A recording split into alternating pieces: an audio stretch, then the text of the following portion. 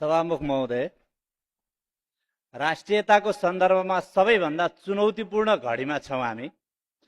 भर्खरै मुलुकका प्रधानमन्त्री बालेन्द्र शाहले संघीय संसद मार्फत भन्नुभयो, प्रधानमन्त्री भएपछि थाहा पाए भारतको जमिन नेपालले पनि कब्जा गरेको रहेछ। बागमती प्रदेशका नागरिकको तर्फबाट मेरो गम्भीर शंकास्पद प्रश्न छ, तपाईले काठमाडौँ महानगरपालिकाको मेयर हुँदा आफ्नो कार्यकक्षमा राखेको ग्रेटर नेपालको नक्साको अप्रत्यक्ष रूपमा भारतसँग माफी मागेर आत्मसमर्पण गर्न खोजेको हो। खबरदार, यो तपाई प्रधानमन्त्री बालेन्द्र शाहको मात्र कुरा होइन, नेपाल देशको विषय हो। यो सिंहदरबार, संसद भवन र सर्वोच्च अदालत जलाएर म नेपाल हाँसेको हेर्न चाहन्छु भनेर गीत गाउँदै डान्स बार हल्लिए जस्तो विषय मात्र पनि होइन, यो आम नेपालीको भावना र आत्मसम्मानको समेत विषय हो। राष्ट्रियता एउटा प्रतिबद्धताको दृष्टिकोण हो। सभामुख महोदय, हाम्रो दृष्टिकोण नेपाली हुनुपर्छ। प्रधानमन्त्रीले भनेको कुरा सायद भारतीय दृष्टिकोणबाट मान्य हो भने लिपुलेक, लिम्पियाधुरा र सुस्ता समेत नेपालले कब्जा गरेको जमिन हो भन्दै आएकै छ। पूर्व मेचीदेखि पश्चिम महाकालीसम्म झन्डै 70 स्थानमा भएको हस्तक्षेप र जङ्गे पिल्लर नै सार्ने ज्यादती गर्ने परम्परा भारतीय दृष्टिकोण अनुसार चल्दै आएको छ। के हाम्रो प्रधानमन्त्री बालेन्द्र शाहको पनि दृष्टिकोण यस्तै भारतीय टाइपको दृष्टिकोण हो? रासोपा पार्टीको दृष्टिकोण यही हो।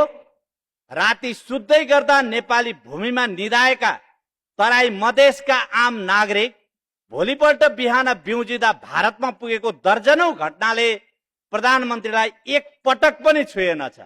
यो सब कथा प्रधानमन्त्री हुनासाथ देख्नु भएछ, तर प्रधानमन्त्री भएको 2 महिना पुग्दा नपुग्दा नेपालले भारतको जमिन मिचेको देख्नु तपाईलाई मत दिने 50 लाख जनताको अप्रत्यक्ष दुर्भाग्य समेत हो। देश बनाउने हुटुटीको हुरी चलेको छ आजभोलि प्रधानमन्त्रीको पार्टी र यहाँहरूको समग्र हरकत र हावादारी गफहरूमा। सबैभन्दा पहिले देश कसलाई चाहिन्छ तपाईहरुले बुझ्न सक्नुहुन्छ, बुझ्नुपर्छ। यो देश सबभन्दा पहिला गरिब, दुखी र आफूसँग सीमित साधन स्रोत भएका नागरिकहरूलाई चाहिन्छ। अन्त कहीँ उभिने ठाउँ नहुँदा आफ्नो देशको खोलाको किनारमा हालिएको छाप्रामा किन नहोस्, रुखको छारीमा वा कुनै ओडार मुनि ओत लाग्दा पनि आनन्द र सुरक्षाको महसुस गर्ने ठाउँ आफ्नो देश हो। तर देश बनाउँछु भन्ने शासकमा जब वर्गीय दृष्टिकोणको पर्दा लाग्छ, उसले गरिबलाई गरी खान नसक्ने देख्छ। शहरमा एक डोको काफल बोकेर बेच्नेहरू, गाडामा मकै पोल्नेहरू, छाप्रामा बसेर सामान्य कृषिमा निर्भर भएर बालबच्चा पढाउन सङ्घर्ष गर्नेहरू शहरिया शासकका लागि फोहोर र फोहोरी लाग्दछन्। तिनका छाप्रा भत्काएर बन्ने महलको सुन्दरतामा हराउने शासकहरू वास्तवमै निर्दयी, संवेदनाहीन र आत्मघमण्डले उच्छृङ्खल हिंसक मानवता विरोधी हुँदा रहेछन्। प्रधानमन्त्रीज्यू, तपाईलाई देश बनाउने हुटहुटी यसरी नै चलेको छ। तर यो पृथ्वी 4 अर्ब वर्षको पृथ्वीको इतिहास, 25 लाख वर्ष अघिदेखि पृथ्वीमा देखिएका विभिन्न मानव संकेत, तिनले प्रकृतिमा गरेको संघर्षको इतिहास, 75,000 वर्ष यता कग्नेटिभ रेभोल्युसनदेखि आजसम्म विकास भएको मानव संस्कृतिको इतिहास, विश्व मानचित्रमा 3000 वर्ष भन्दा अघिदेखि अस्तित्वमा रहेको यो नेपाल देश, 240 वर्षको राजतन्त्र, 104 वर्षको जहानिया राणा शासन एवं 30 वर्षको पञ्चायती तानाशाही व्यवस्थामाथि सङ्घर्ष गर्दै जनयुद्ध, जनआन्दोलन, मधेस आन्दोलनको अथाह बलिदानको श्रृङ्खलाबाट बनेको नेपालको संविधान 2072 ले दिएको लोकतान्त्रिक अधिकारमाथि टेकेर अस्ति भर्खर जन्मिएको एक सामान्य मानव जीव अन्तर्गत तपाई पनि एकजना हुनुहुन्छ प्रधानमन्त्रीज्यू। हामी सबै त्यही हो। यो मुलुक तपाई एक्लै, न तपाई एक्लैले बनाउने हो, न तपाईले एक्लैले बनाएको। मानव संवेदनाको इतिहासको ज्ञात राख्ने गर्नुहोस्। हाम्रो नेपाल इन्जिनियरले नक्सा बनाउन सिक्नु भन्दा पहिले लाखौं कर्मशील, म सम्मानपूर्वक भन्न चाहन्छु, कर्मशील कामीहरू इन्जिनियर थिए। जसले तपाईँ जस्ता शासकका घर मन्दिर मूर्ति बनाए बापत अछुत हुनु पर्यो। यसकारण हाम्रो देश पछि परेको। तपाईँ हाम्रा पुर्खाले केराको पात बेर्दै गर्दा कपडा उत्पादन गर्ने, सिलाइ गर्ने र संगीतको सिर्जना गर्ने उद्योगी एवं गायक र नायक, दमाईहरू, गाइनेहरू र वादीहरू थिए, जसले तपाईँ जस्ता शासकका लागि वस्त्र र आनन्दका लागि संगीत सुनाएर मनोरञ्जन समेत दिएका कारण अछुत भए। यसकारण हाम्रो देश पछि पर्यो। तपाईँ जस्ता शासकले लगाउने जुत्ता आज गोल्ड स्टारको मालिक देखेर गजब लाग्छ तपाईलाई। त्यो बनाउने उबेलाका जुत्ता उद्योगका मालिकहरू सार्की थिए। तपाईका शहरलाई सुन्दर बनाउनेहरू च्यामेर पोडेहरू थिए। यी सब तपाईँ जस्ता शासकीय दृष्टिकोण भएका शासकको नजरमा अछुत भए। यसकारण यो देश पछि परेको हो। पहाड खनेर खोरिया बनाउने जनजाति हुन् वा कुना काप्चा बस्ने गरिब बाहुन छेत्री हुन् वा तराई मधेसको औलो जितेर बाँचेका थारू र मधेसी गरिबहरू भएका कारण आज पनि त्यो समाज र परिवारमा समेत कुनै न कुनै रूपमा अछुतको जिन्दगी जिउँछन्। यो सबै मानवीय सूक्ष्म चेतनामा परेको मारका कारण कति मानिसहरू गरिब भएका छन्। यो संवेदनाको याद छ। यस्तै मानिसहरू आएका थिए सुकुम्बासी बस्तीमा। तिनका बच्चा थिए, सुत्केरी आमाहरू थिए, स्कुल थियो। मानौ ती सबै प्रधानमन्त्री बालन शाहको दरबार जलाउन ठिक्क परेका आतंकवादी जस्तो गरेर रातारात डोजर लगाउनु भनेको तपाईको संकेत ठिक छैन भन्ने कुराको यो संकेत हो।